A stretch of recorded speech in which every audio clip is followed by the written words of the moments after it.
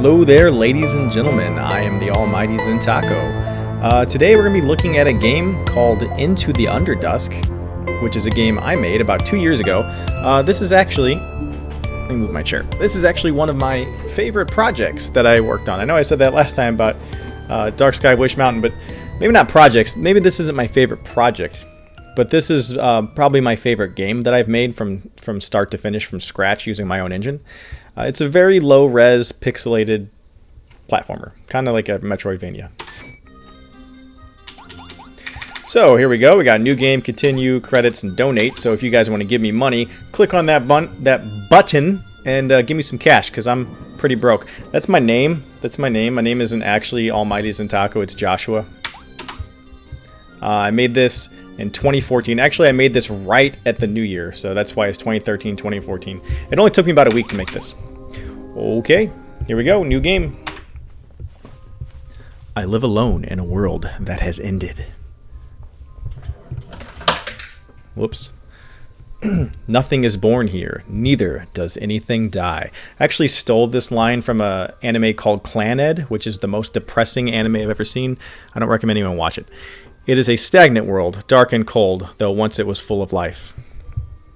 I don't really watch anime anymore. That's more of something I did when I was younger. It was a world full of people and things that I had loved.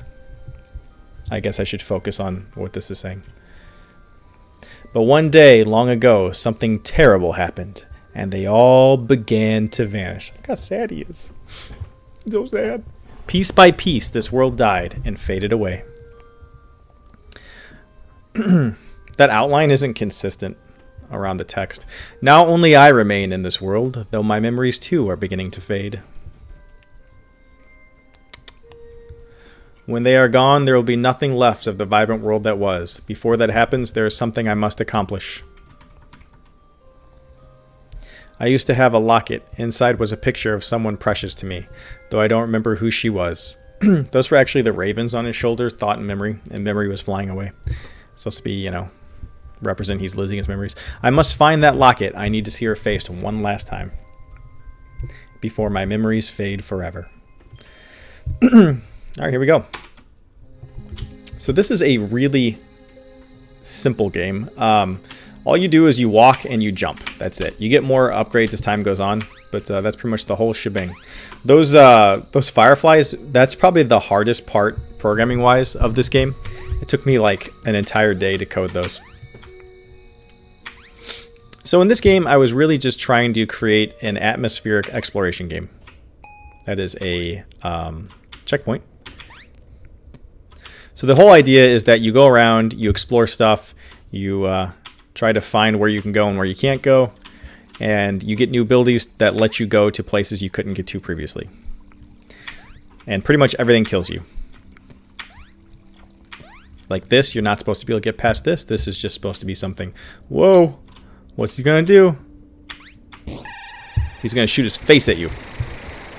Bite your head off.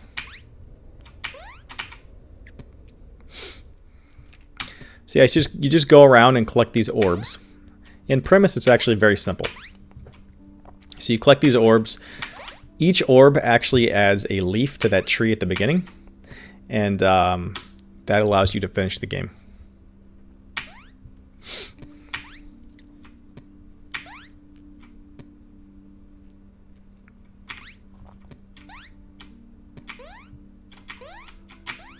All this music is pretty much by Kevin MacLeod. He's like the king of free indie developer music.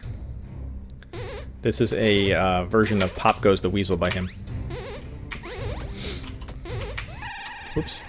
Oh yeah, this is, I thought this was interesting. This is what happens when you die. It takes you to this netherworld with the tree. I was trying to reinforce the idea that the tree was important. It's kind of like the central figure in this entire drama. So if you haven't played this game, hold on, that is a switch. In retrospect, I probably should have made that more apparent that that did something, like add a shake.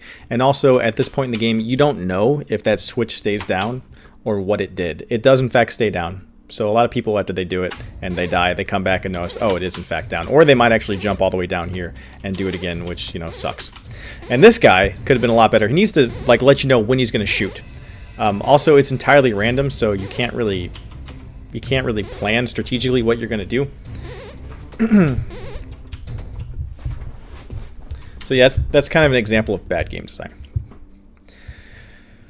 So if you haven't played this game, it is essentially, I'm going to give you spoilers. So spoiler alert, don't watch this if you don't want spoilers. But essentially, it's a ghost story. All right, so each of these is a leaf that represents one of those orbs you're getting. I have 3 of 18. So I'm just going to ruin it for you right now. This is all happening kind of in his mind. He's dead. The world didn't fade away. He faded away. And he's trying to find this locket to kind of come to grips with what he's lost and move on.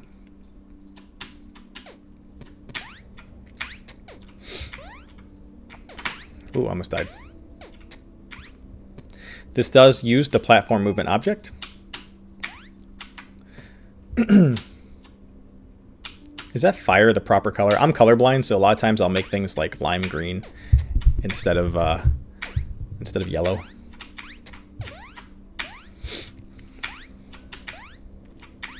I'm actually working on another game kind of similar to this right now, except it is more of an action game. It's kind of a mix between like Metroid and Mega Man. All right, so this is another thing I like to do in games. Whoops, is to create a monster or a scene that you only see once and you only contend with once. It gives it kind of a sense of your world, a sense of permanence and like reality. To have these unique guys, and he's like spitting boogers at you.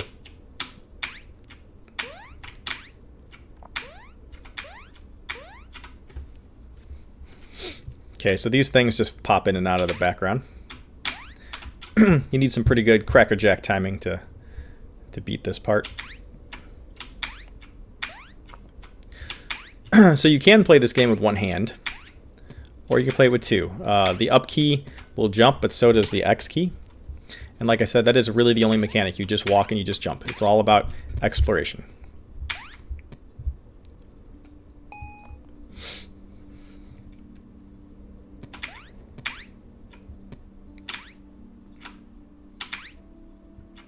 I didn't think I was going to make that.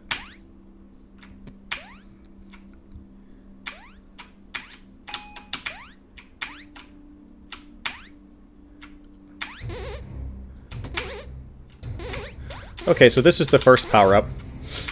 This is the speed boot. And it says speed up. When I first made this, I actually didn't have that text. So it wasn't necessarily obvious that this was a speed boost. And so we're back here and we still have the speed boost. I actually think this is kind of one of the bad designs of my game, is that you can get power-ups and change things in the world and then fail, and the save still saves the fact that the world has changed, and so you don't have to go back and redo it.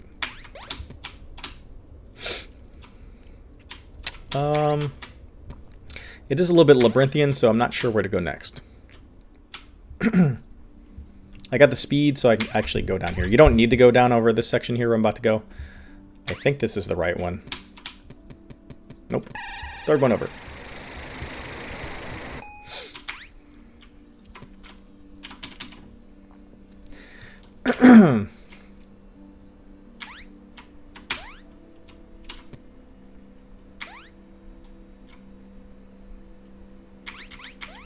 I really enjoyed making this. I like to build worlds and make just interesting little ruins and stuff.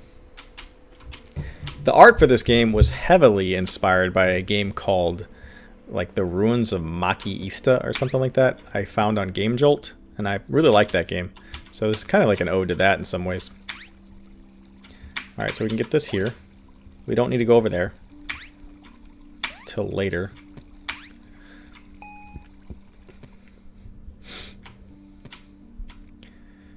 Now, another regret I have is that you were introduced to essentially two mechanics here. Well, maybe not. You kind of already saw the arrows, but you have no idea that these spikes are about to come out of the ground. So it's a little bit overwhelming. But I did give, very frequent checkpoints, so. That was one of the ideas behind this game, is that it should be challenging, but because the respawning is so forgiving, you should be able to just kind of keep trying over and over again so you can master each little area.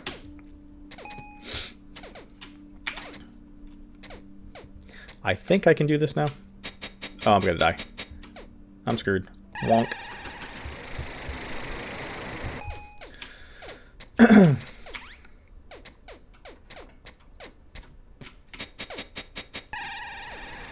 Yeah. This game's kind of hard, actually. And it's not hard in a way that's good. This is, in a lot of ways, this is an example of bad game design. I'm going to be honest. I should have gone. There's a lot of just kind of... Can't go back. Once you're walking on those spikes, you have to keep going. It's kind of a lot of trial and error, honestly. Or just you keep throwing yourself against it until you manage to succeed. Like this.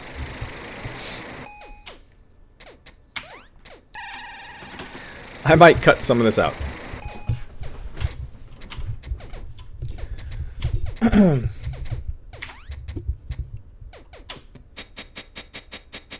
Damn it! I actually played around with the idea of having part of the game be in that other world, where when you're dead, just for a snippet. But that never went anywhere. That is a concept, though, I'm putting into my next game.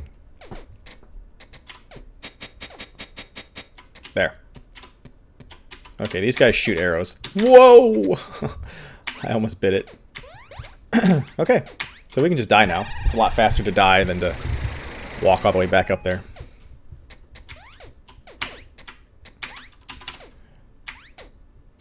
Like I said in the past, I really like hard games, so a lot of times I end up making my games harder than they probably should be.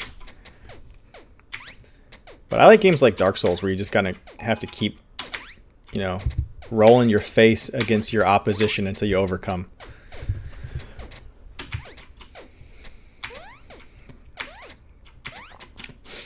But that's hard to do without frustrating your players, so you got to kind of find the right balance between that sort of bone-crushing difficulty. Here, let's look down here. There's nothing. You just die. Anyway, yeah, you got to kind of find the line between difficulty and skill growth for the player. Because you don't want to frustrate people so much that they just throw your game down and curse you.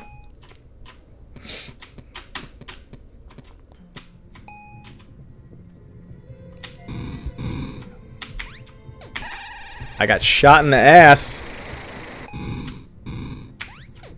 Almost got shot in the ass again. Okay, this thing is the double jump. You die a lot in this game. I imagine it's probably pretty much... He should not have done that. He should have kept walking. This game is probably impossible to beat without dying.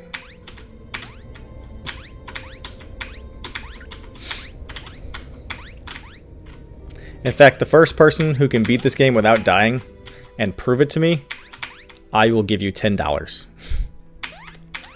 So go ahead. If you want to earn $10, try. I pretty much guarantee, though, it's impossible. I've probably played this game from testing it 100 times. Okay, so now we can keep going. We got the double jump. Ooh, whoa, whoa, whoa. Okay, here we go.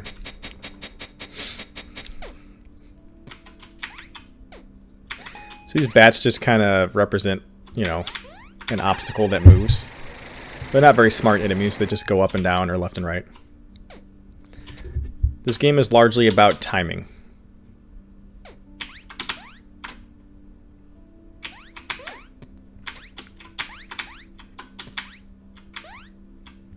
And left is nothing. This just takes us back. We can see that other panel over there.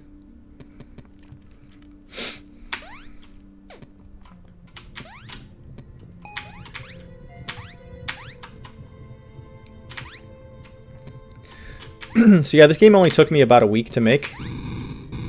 I was actually in Florida visiting my parents when I made this.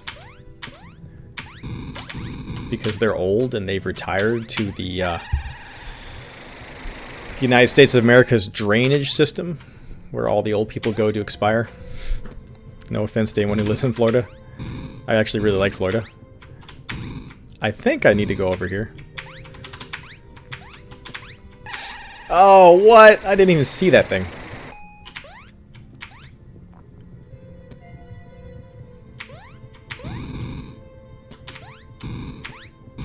That's another example of bad game design.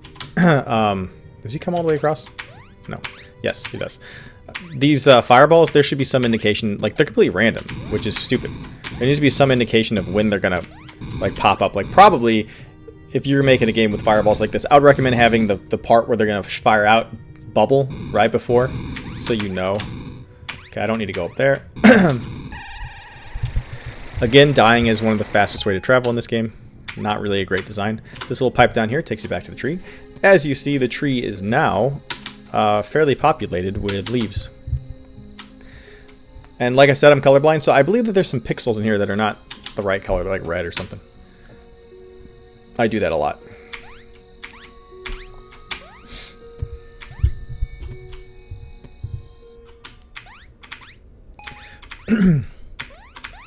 So now we can get up here faster because we can double jump.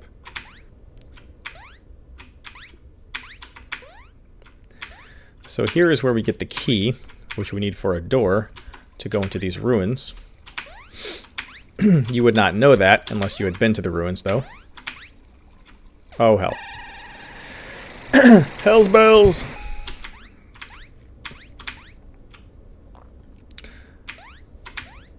Regrettably, though, I think a lot more people would have finished this game if I made the last part like way too flippin' hard. There's this mask, who is essentially the mask from Super Mario Bros. 2 on steroids. We'll let this shoot, and then we will walk.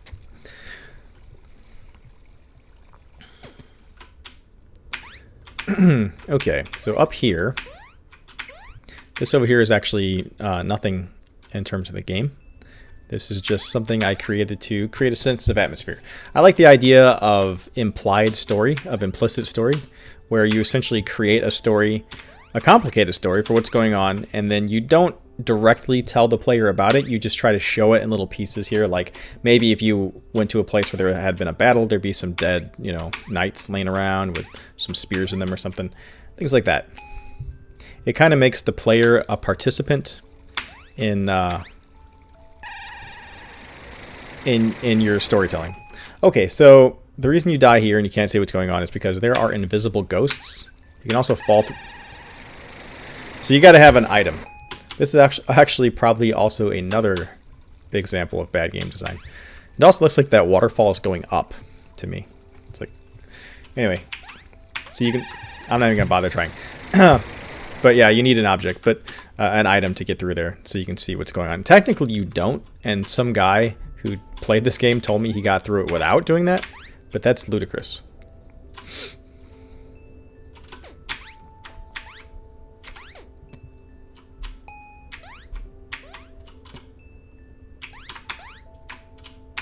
Okay, there is, I think, one. Oh yeah, I gotta get that. Ooh. Okay, that's all we need over here. We have 12 out of 18, so we got 6 left.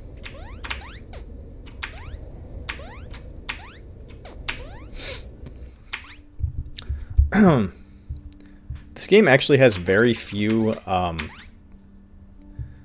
like tiles. There's probably only 15 to 20 tiles in the entire game. Did I get this over here? Yeah. Okay, here we go.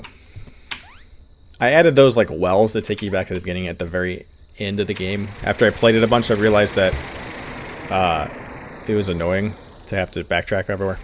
Alright, so this guy is just, he's got some wind going on which pushes you. He's a mage. I'm not 100% sure if it's obvious that that guy up there is, damn it, if that guy up there is the one casting the magic. Oh no, I'm all the way over here.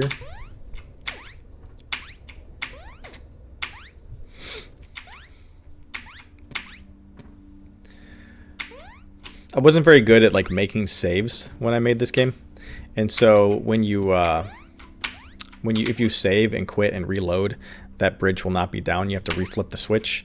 Everything else stays though. But something as simple as that can kind of make people lose sort of, not respect, but lose faith in your game. And they'll just think it's broken. They're like, it didn't save what I did. So you need to be consistent.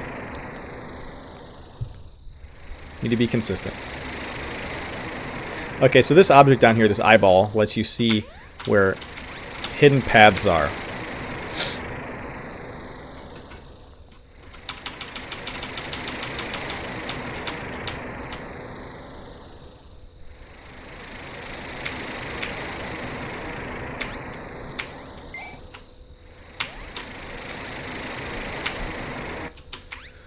Probably should have made that something you use right away. That's actually something really good to do. If you have power-ups and stuff in games, it's a pretty good idea to as soon as you give the player a new ability, require them to use it to get out of the place they got to get that ability. If that makes sense. That way they know right away how to use you make sure that they know what they're doing.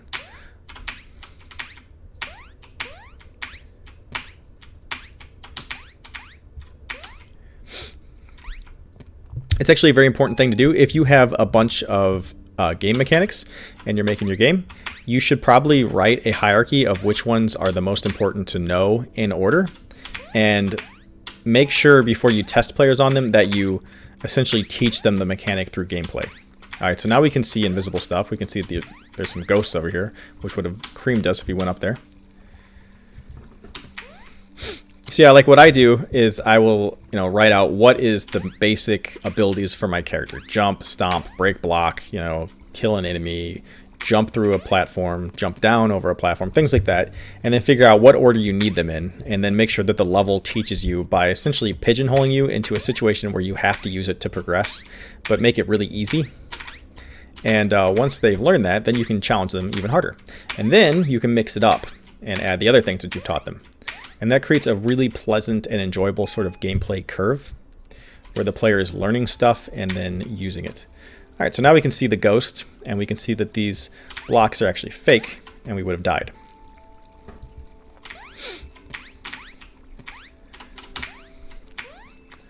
I'm not sure if this is a great mechanic. It's kind of fun in its own way, but I know it's essentially like a key in a way, because it's not realistic that anyone would beat this, and there is a lot of potential for frustration if they don't understand that this is intentional. They might think your game is broken. So if you're going to do something like this, I would recommend that you make it apparent, like create some dialogue in advance that says something like, hey, there's someone cast an illusion spell on this cemetery and you can't see the traps that are there or something until you get an item. That way people are like, oh, okay, so I probably shouldn't do this yet. I'm just going to die. It's faster. Though that noise is a little bit annoying. What do I have left? I got 4 left. Okay, I remember. I know what I'm doing here. I know what I'm doing. Excuse me.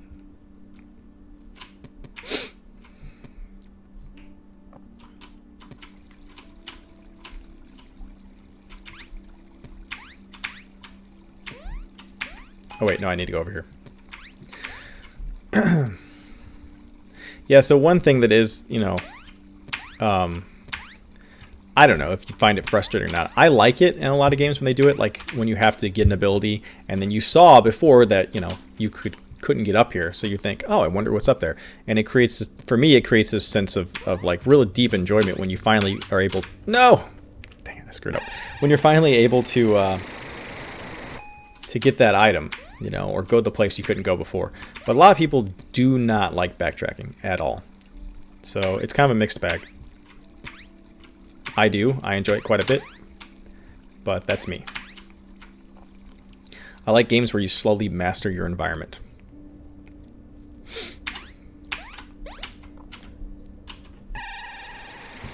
Okay.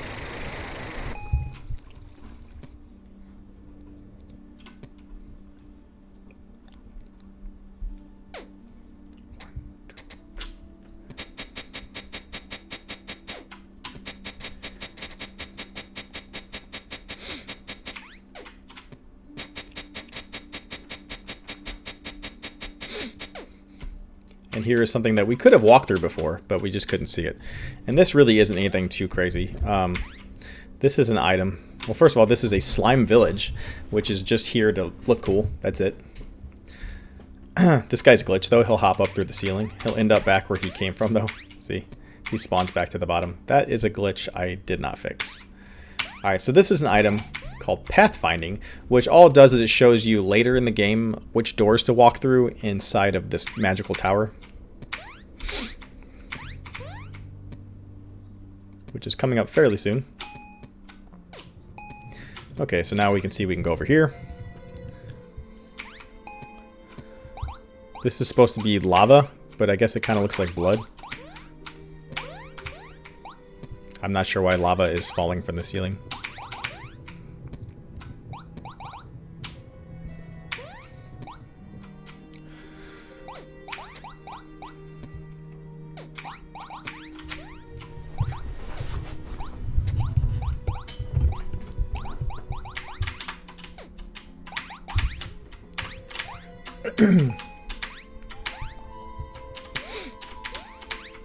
I really like the music in this game. So kudos to Kevin MacLeod. Alright, this is why we got the key. So we can go in here.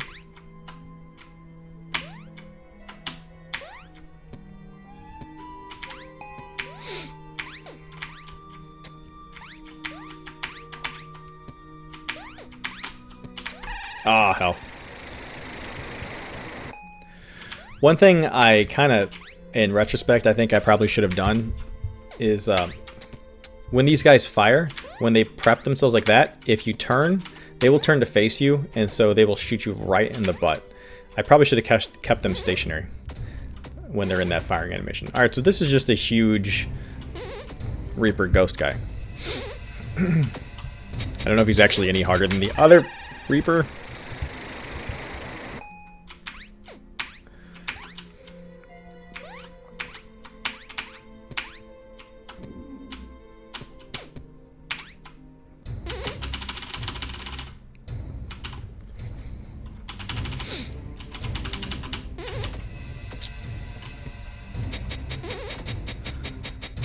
Those scythes are so big.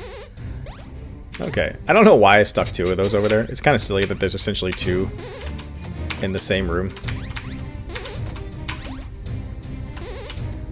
Dun, dun, dun, dun, dun, dun, dun, dun, dun. Pop goes the weasel.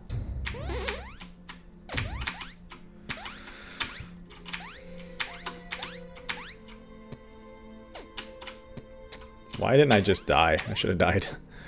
Would have been faster.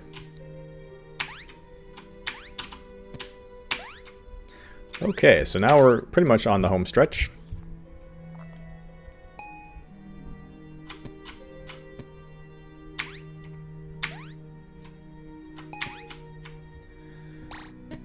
These guys are just flowers. It's, I guess they spit pollen. I don't know. Didn't think that hard about it. This part's a little challenging.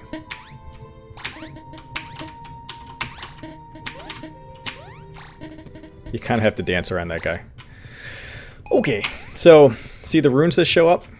You press down to go through these doors. If you didn't have this object, it would be entirely trial and error. See, like that takes down there and kills you. And this is pretty labyrinthian.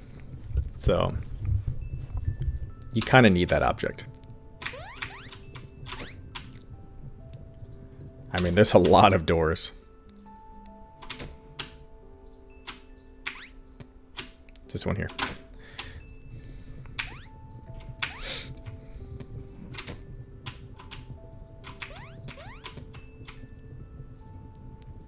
That's a little confusing, I just noticed. You can see that one and you think, oh, I need to go through that door. But it's this one. So this is kind of like the room where you know, okay, I'm getting somewhere. Yeah, I imagine this would take forever if you're doing this trial and error style. Stole that enemy from Super Mario Bros. 2. I steal a lot of stuff. Alright, we're out.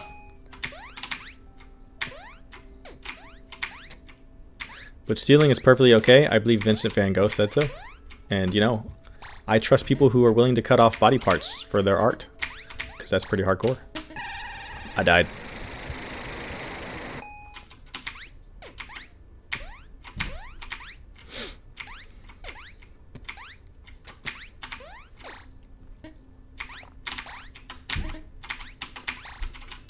Oh, hell.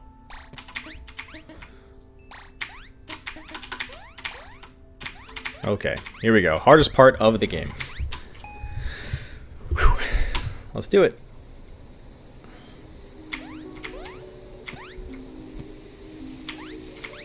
So this guy, the trick to him is to juke him out. You want to keep jumping up so that he's hard.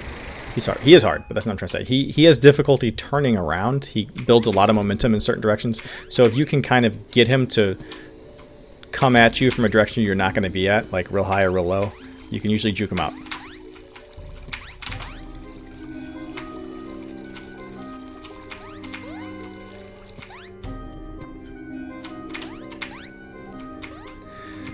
The hardest part of this guy is really just getting to the first checkpoint. Once you get to the first checkpoint, it's cinch. Ah, dang it. That's really the hardest part.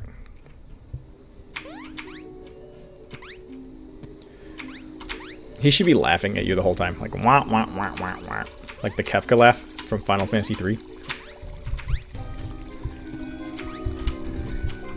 If this takes me forever, I will edit this part. Or maybe not, I don't know. This is actually my favorite part to watch when people do Let's Plays. I love to watch the frustration.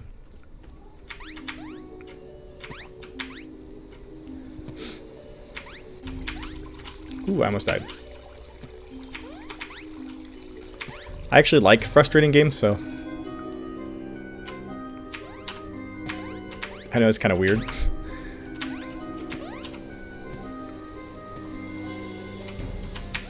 Like one of my favorite game series back in the day was Kingsfield, which is super frustrating. It's also not that well designed though. Dude, go away, you stupid skeleton.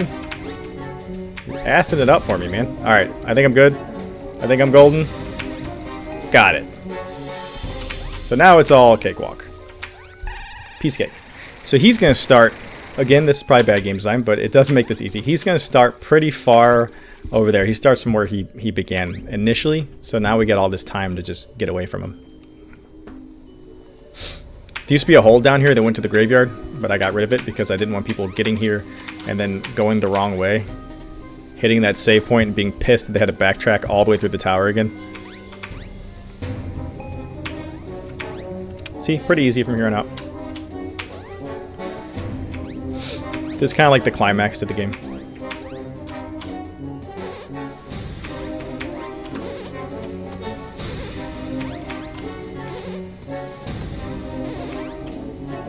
He's probably going to come up from behind. Yep.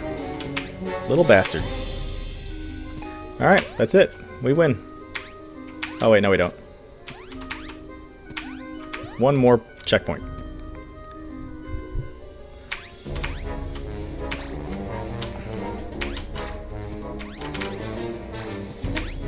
Okay, now we're good. See, you get far enough, you're safe.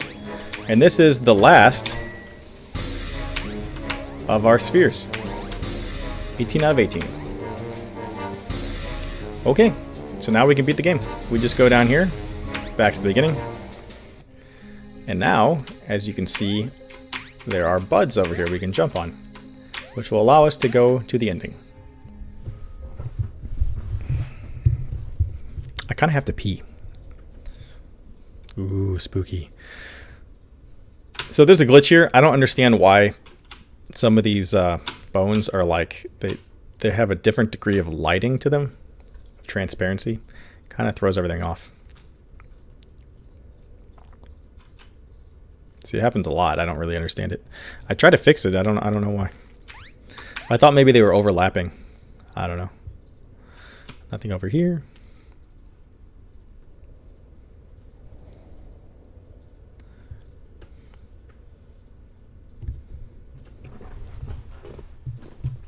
Here's the ending, guys. He's found the locket. Is this? It is.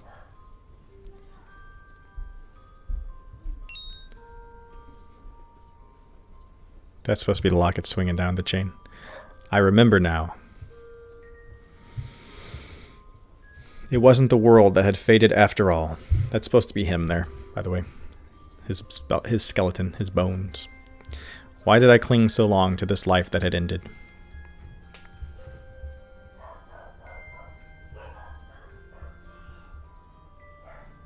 I had forgotten just how beautiful she was. So now he can move on peacefully, and he fades away.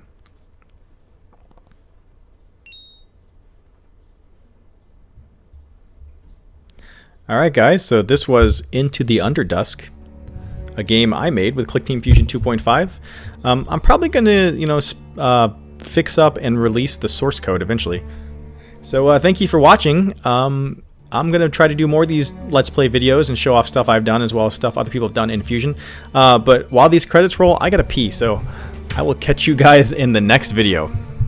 Enjoy.